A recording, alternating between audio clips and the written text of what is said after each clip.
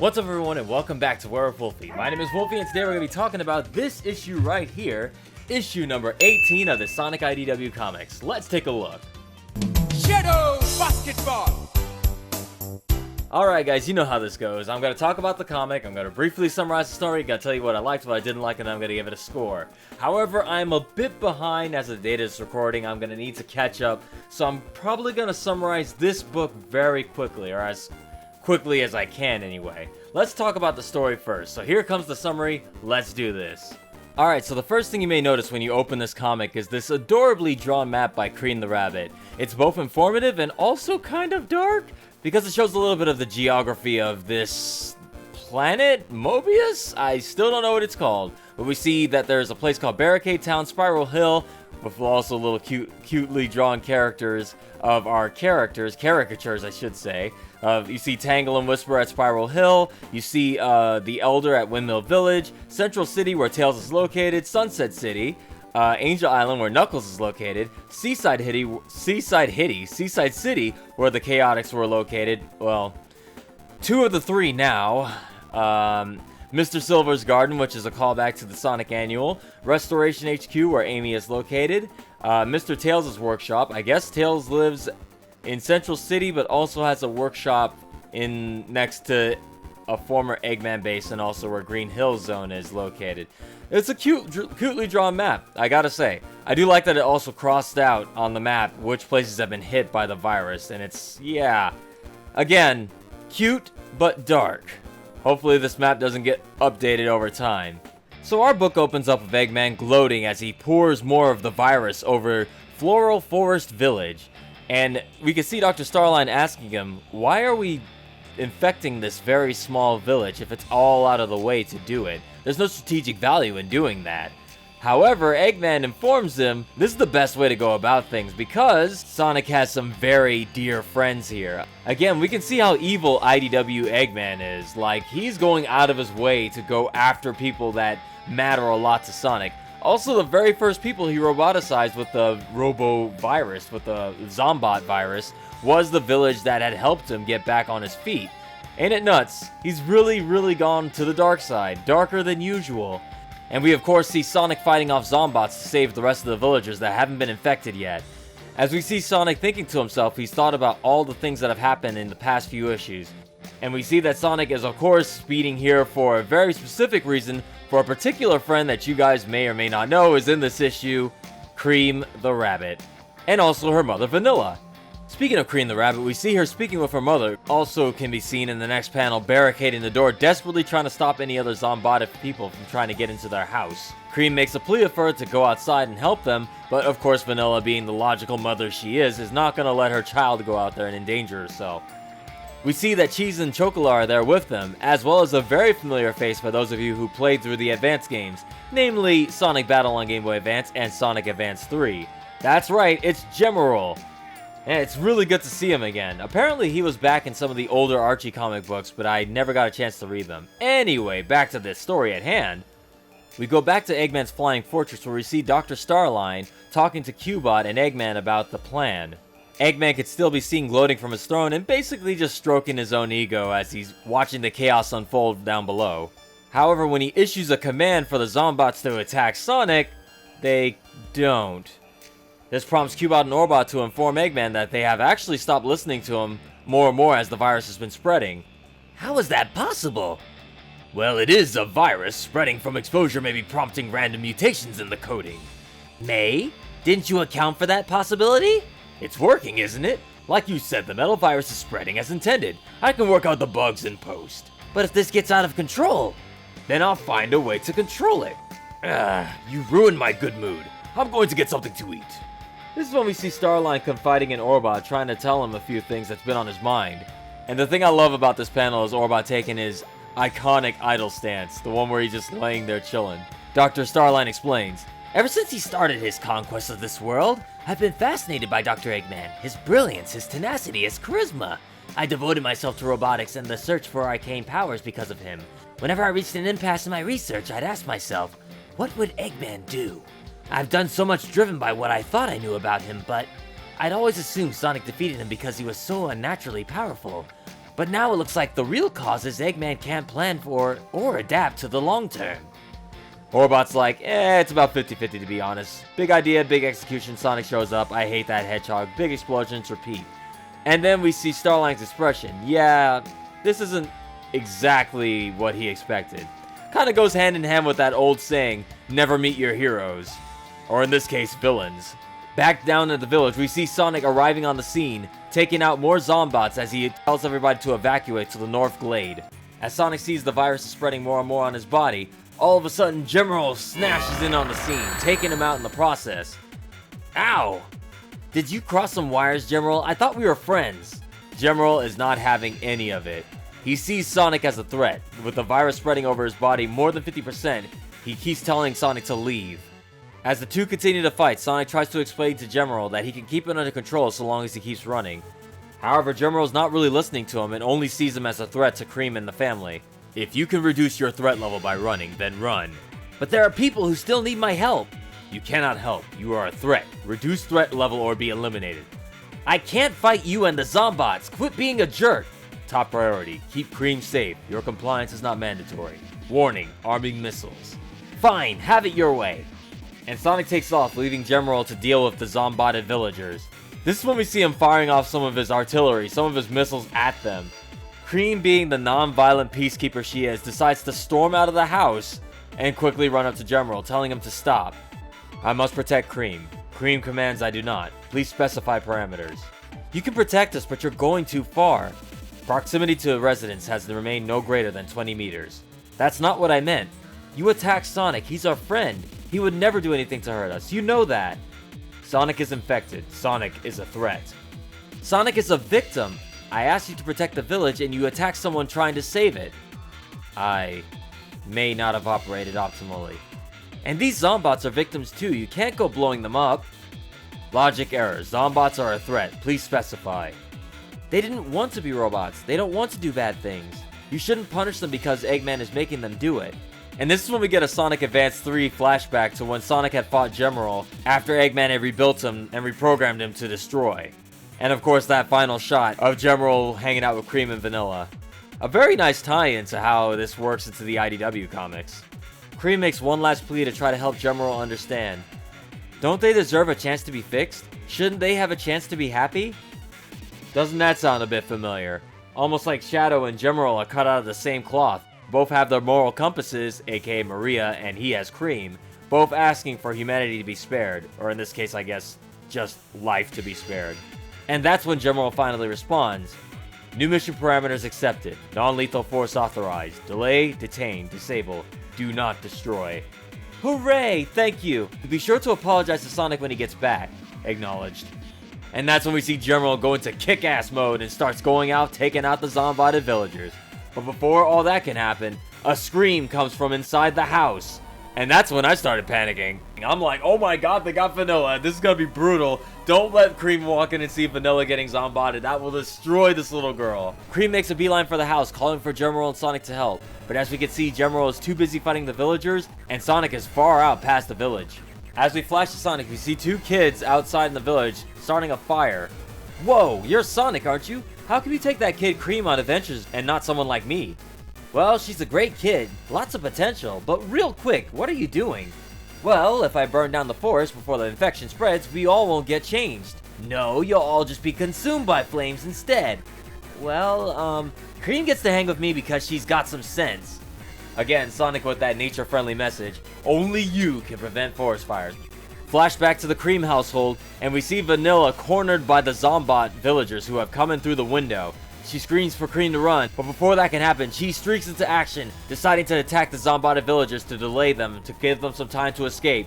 Unfortunately, as we all know, once you come in contact with the Zombotted villagers, you get infected as well.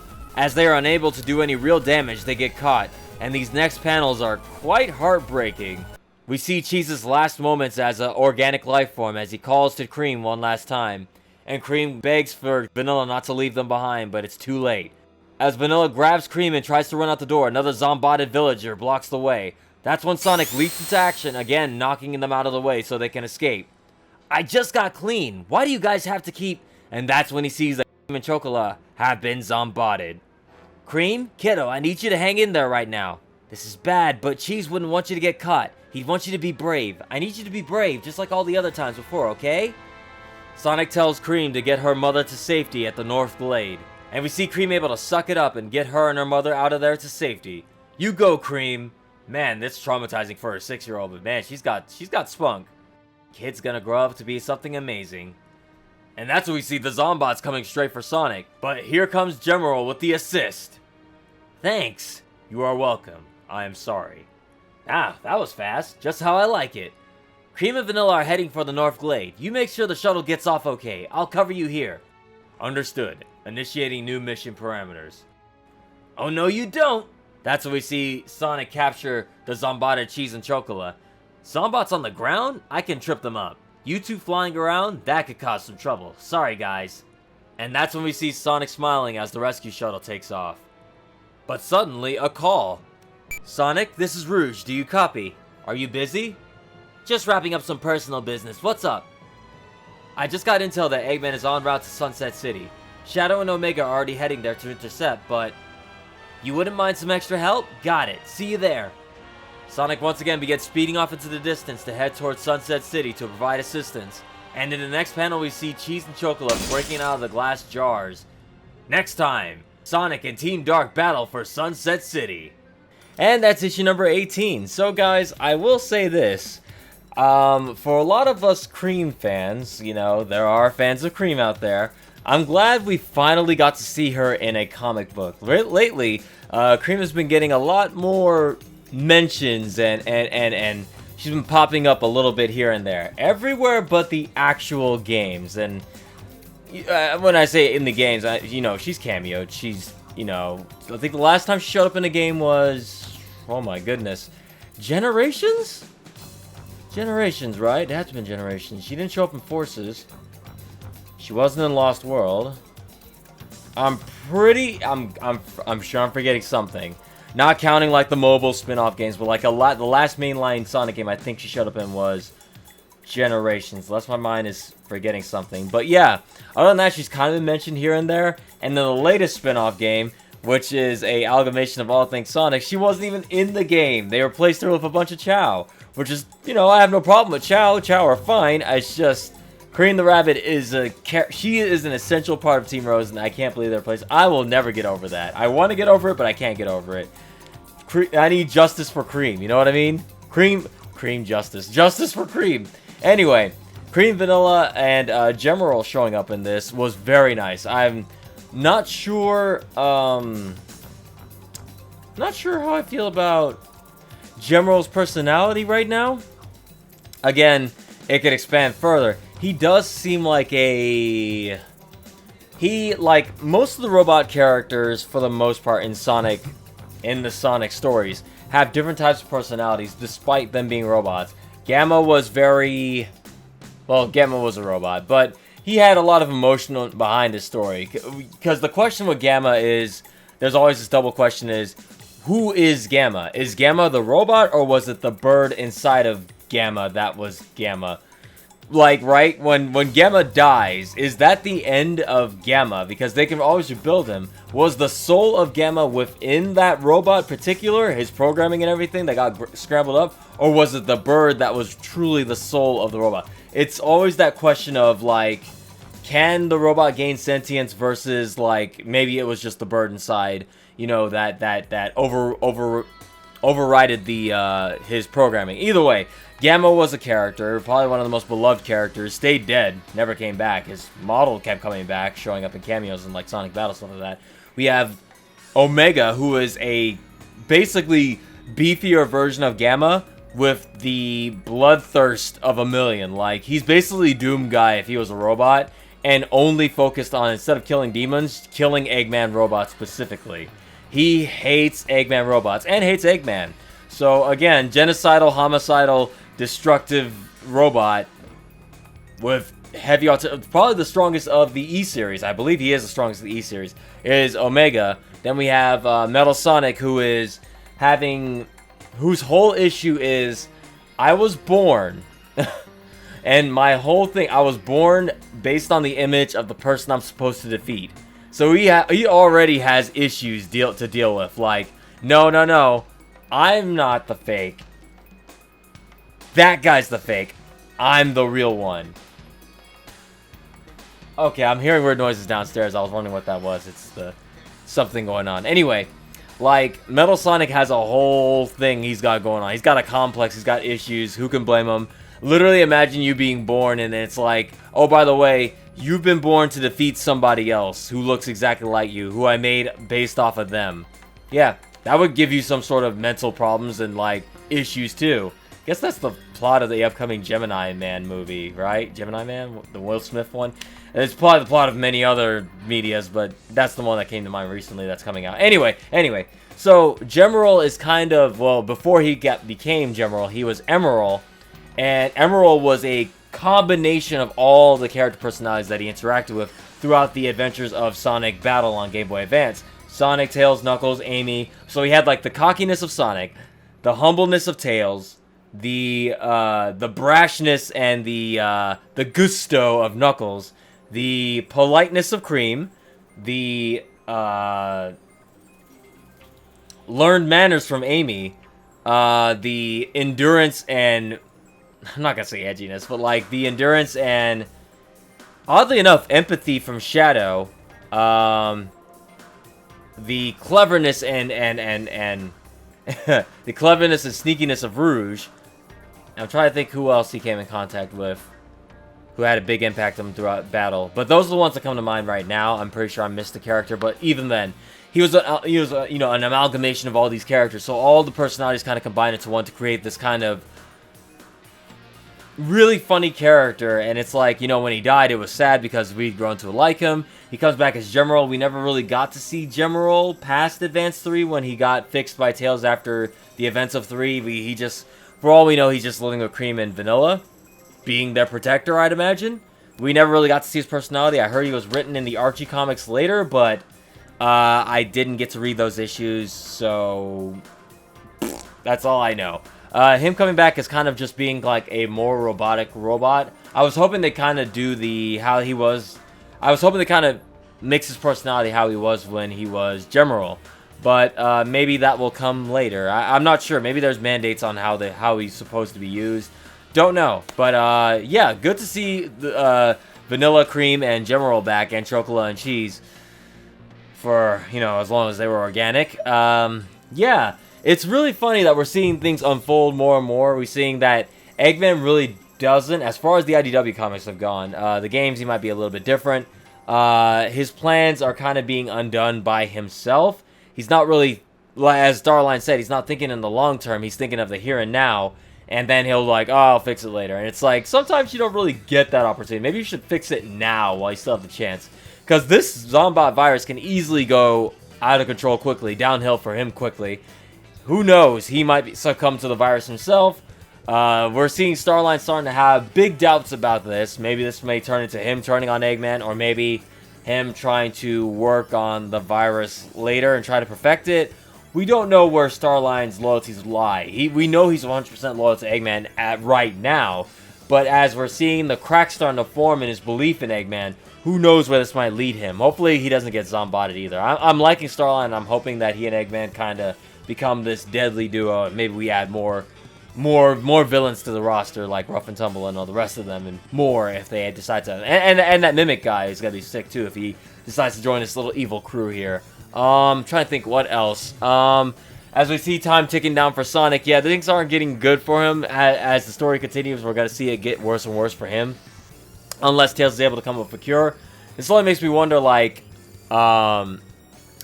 Cream does have potential, doesn't she? So, like, for being a 6-year-old, seeing the village around her being zombotted, she held her emotions pretty much intact. If I was a 6-year-old, I'd be freaking out pretty bad. It also helps that Gemerl is there. Again, the biggest assets in this current arc right now with the Zombots are going to be the robot characters. If Gamma was still alive, he'd be a huge help. Right now, the good guys only have Gemerl and Omega. I might be forgetting another robot character, but these two are the ones that are the only ones who are here now. Gemerl can't be infected. Omega can't be infected. Metal Sonic can't be infected, but Metal Sonic is on the bad guy side, so he's not going to be helping our heroes anytime soon. Anything non-organic will be infected. So having Gemerl there is a big, like, whew, thank goodness he's there. And I'm glad that Cream still maintained her innocence. Like, even despite all the crap that's happening around her, she's still looking out for other villagers and saying, like, stuff like, we can't be, we can't be hurting people. Even though they're robots, they're not wanting to hurt people. They were just turned, and it's not their fault. And I'm like, oh, Cream, you're too pure for this world. You're too pure for this world that has been zombotted. We must protect Cream at all cost. Yeah, a lot of people are saying, like, yeah, Cream's useless and all that. I don't really like her and everything. But she represents, to me, Cream represents an era of Sonic during the, I will call the first dark age of Sonic, the Sonic 06, Shadow the Hedgehog era of Sonic, where things were like, I don't know where the Sonic series is going. While that was going on, we still had the good Sonic games, the 2D Sonic handheld games, the Sonic Advance series going on at the exact same time. Sonic Advance and Sonic Rush were kind of going, well, like, under the radar. While people talk crap about Sonic 06 and Shadow the Hedgehog and all the things that were happening in the 3D mainline titles, a lot of people forget that what was being held down on the Sonic handhelds, the Sonic handhelds were holding it down. We're keeping that quality up there. Sonic Advance 1, 2, and 3, and the Sonic Battle and Sonic Rush Adventure were still good during that era. And Cream was kind of prominent during those games. After Sonic Advance 2 when she was introduced, and then Sonic Advance 3, and then Sonic Battle, where they expanded her character more, then she showed up in Heroes. You get the point. She also was very helpful in getting Blaze, the cat, to open up and during the events of Sonic Rush and Sonic Rush Adventure. Well, no, Sonic Rush. She didn't show up in Rush Adventure. That was Marine. But yeah, like, of the small children characters in the Sonic verse, we have Charmy, Marine, and Cream. I'll take Cream over the other two any day. Rest in peace, Charmy. And we don't know where Marine is, if she's even canon to the stories anymore, right? I assume she exists. Wait, she must exist in Blaze's Dimension. Ugh. God, Sonic Team, you need to get your canons and universes and timelines and dimensions in order. It's hard to keep track of it all. Anyway, Cream the Rabbit, good. Good to see Vanilla back. I should mention, ain't it crazy that Cream is strong enough to fly and carry a fully grown woman? By the way, Vanilla is said to be the size of an average human woman, which is kind of scary. Maybe enticing for some of you out there. Not judging, but like, she's freakishly tall. Anyway, I'm sorry, it's just a random thought that came to mind. It's like, Vanilla's really tall. Anyway, Gemerl and Sonic's fight. I like that Gemerl had the missiles and everything, the things he had in Sonic Advance 3. Even though he didn't really damage the Zombots, it's still the idea that using lethal force, I imagine, would eventually destroy them. Maybe, we don't know if they can be destroyed. But yeah, Cream is she's just the heart of the story. Any story that Cream is in, she's pretty much the heart of it. And that's why I appreciate her, and I also appreciate her more. Now that she's gone, absence makes the heart grow fonder. Her being kind of pushed out of the mainline games and stuff like that as being a useful character, kind of made me go, yeah, wait a minute, maybe I really did like Cream. I just didn't appreciate her at the time she was playable. The callback to Sonic Advance 3 was awesome. I like that. That's the tie-in that ties the games into the IDW comics more. Again, the IDW comics are canon to the events that have happened, to everything up till Sonic Forces, and this is again proof of that. Trying to think. Sonic himself even says that Cream is filled with potential, so that's good. I believe that's everything I wanted to cover. Oh, and Sonic heading over to Sunset City to assist with Omega and Shadow is going to be very interesting. I wonder what Team Dark is up to. I guess I'll find out in comic number 19. Hey guys, speaking of which, I should probably get on that because I am falling behind quick. Let me know what you guys thought of this comic. Leave